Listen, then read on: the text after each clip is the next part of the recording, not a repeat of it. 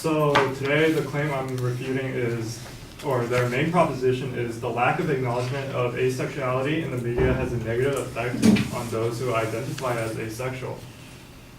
The opponent's secondary claims follow as the first point: there's an overall lack of acknowledgement of asexual behavior in media. And she mentions that because of that, there's a rarity of asexual characters, and many who are speculative. And the second secondary claim is this lack of acknowledgement causes a negative effect on mental and emotional health of the asexual population. With that, there are many subpoints, such as it causes questioning on why they don't experience sexual attraction, causes belief of being broken, causes thoughts and feelings of rejection and anxiety. So for the first claim, I want to deny the claim that there is actually asexuality being represented in media. She gives the example of how in Harry Potter, there's a character who's speculated as being asexual. And I want to counter that as in fiction, or in that type of fantasy fiction, the character's sexual orientation doesn't really matter that much, since it doesn't affect the overall plot of the story.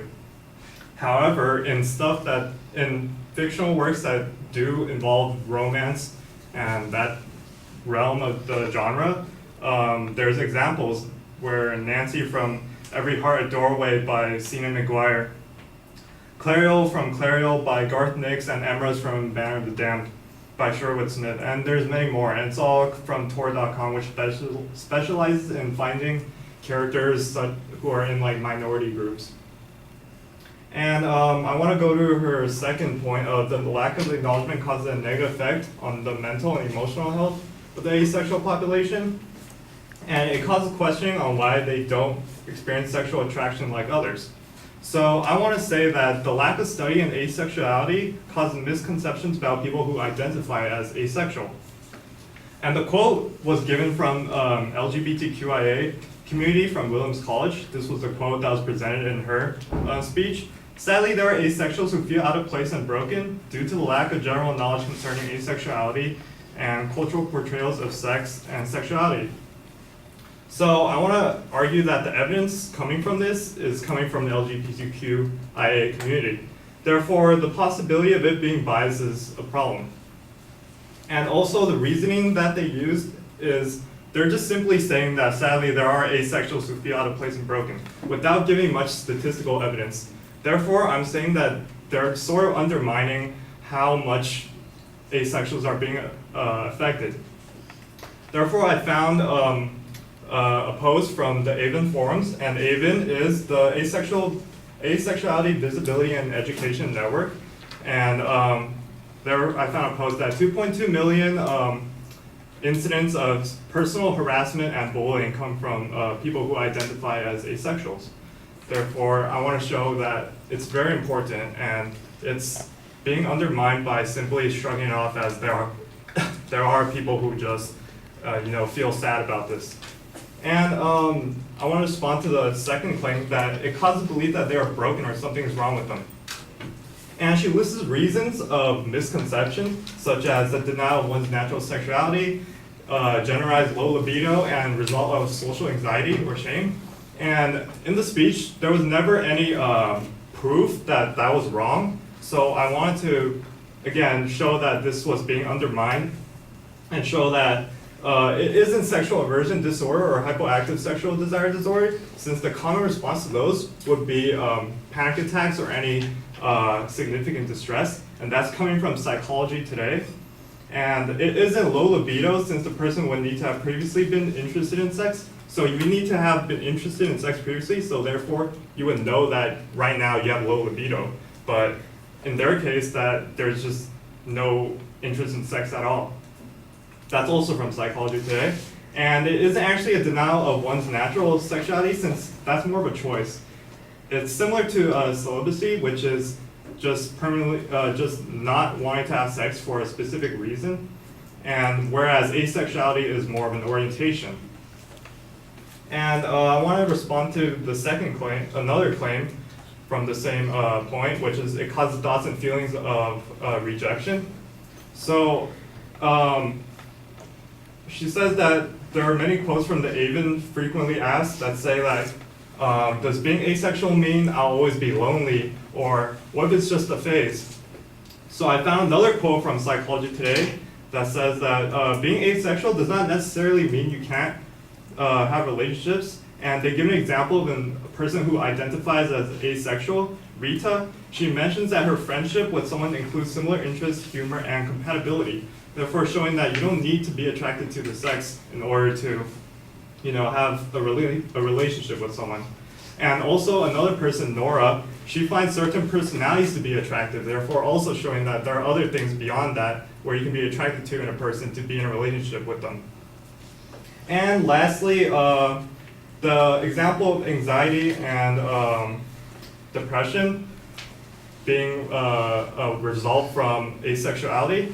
So the advocate states her own personal experience, and she also states that that isn't the sole reason why. So it's pretty much an unrelated correlation.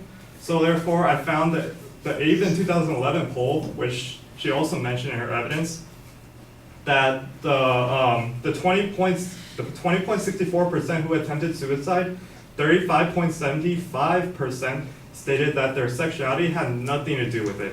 And whereas 15% said that their entire life was the reason why. And 12.56% stated that it was very loosely attached to their asexuality.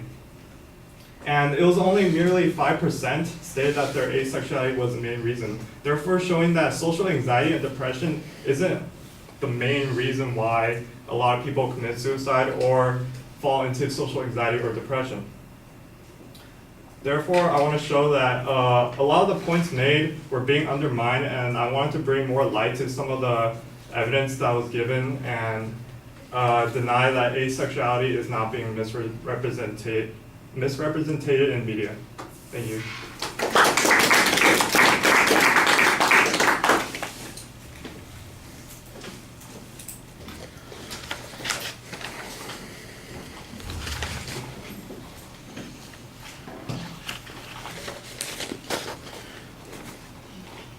All right, structurally things are set up pretty well. At the beginning it sounds sometimes like you're going to be doing a critique and sometimes like you're going to do a refutation. And it does feel a little bit like you bounce back and forth between those two positions.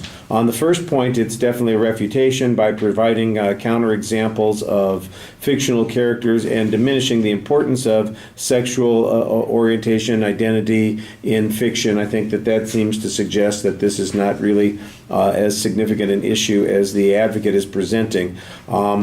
The second point, when you're talking about health issues, you do suggest that maybe there is a problem with using the one source that the advocate cited there. I think there should be a little bit more of an explanation about why that source could be problematic, other than the fact that they are a source that is a group of people who have these gender identification issues, and maybe they're more likely to see this in a negative way. Maybe they're perceptions are distorted in some way, or maybe they're just making personal claims which are not backed up by any particular evidence. I thought that was the best part of your argument, where you said there's really no statistical information to support the issue that's going on there. The AVIN forum that you cite and the 2.2 million people who were harassed in some way, I'm not sure that what your point is there. In fact, it sounds to me like it might actually support the advocate's position to some degree. So that was a little bit confusing. The notion that that this is not really an issue related to mental health issues because they don't have panic attacks, the lower libido is not likely to be perceived, and the analogy to celibacy, I guess those are okay points, although I'm not exactly sure that they deny the advocate's claim. At best, they diminish it to some degree. And then the issue of fear of rejection, well, basically you've got a counterclaim here that suggests that there are all kinds of alternative ways that relationships could be developed, and the notion that people aren't going to be able to have lifelong friendships or be able to relate to others, you basically suggest, well, they shouldn't feel that way. I don't know. We're back to the issue. I don't know that we know how people with this status feel, and whether or not there's any data backing it up, but I do think that the examples that you suggested do seem to apply to that particular point, and digging them up seemed like it was probably a little bit of work. The depression issue, we're back to some of the same thing. I thought you added very interesting statistics on this, that people in this community who do attempt suicide, for instance, that's only a very teeny tiny percentage of the whole that identifies their sexual issues as the main reason for doing this. And in fact, your statistics there I thought were very effective at demonstrating that claim isn't really a viable one. All right, thank you.